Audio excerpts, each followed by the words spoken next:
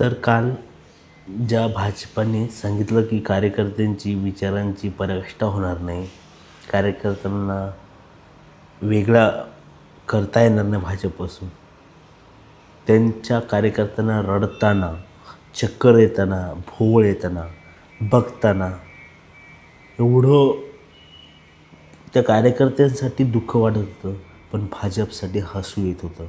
कारण की यांनी एवढं काँग्रेस, राष्ट्रवादी, शिवसेनेची लोकं एवढे घेतली की कार्यकर्त्यांना जागाच उरली नाही त्यांच्यासोबत राहण्यासाठी, त्यांच्यासोबत पदं आणि राजकारण करण्यासाठी, मोठ्या पदावर जाण्यासाठी भाजपकडे निष्ठावंत कार्यकर्त्यांना द्यायला तिकीट सोडले नाही.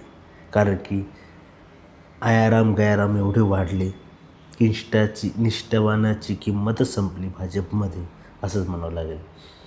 एका वेळेस हेच काँग्रेसमध्ये झालं होतं, तेच आता भाजपमध्ये झालं आहे.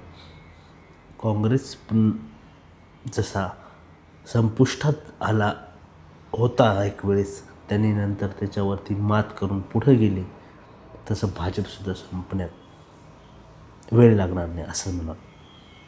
तर तुम्ही जर राजकारणात असाल, तुमच्याकडे पैसा नसेल, धान्य काही म्हणजे काहीच नसेल, पैसा नसेल, आकडा नसेल, कुठल्याही राजकर्त्याचा तुम्ही जर नातेवाईक नसाल, मुलगा नसाल, तर तुम्ही राजकारणात येऊ नका.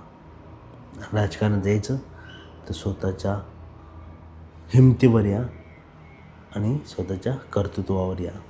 अशाच पक्षाकडे जा जो पक्ष कार्यकर्त्यांना किंमत देतो. जसं की उद्धव बाळासाहेब ठाकरे, त्यांनी सगळ्या कार्यकर्त्यांना न्याय दिला असंच म्हणतो.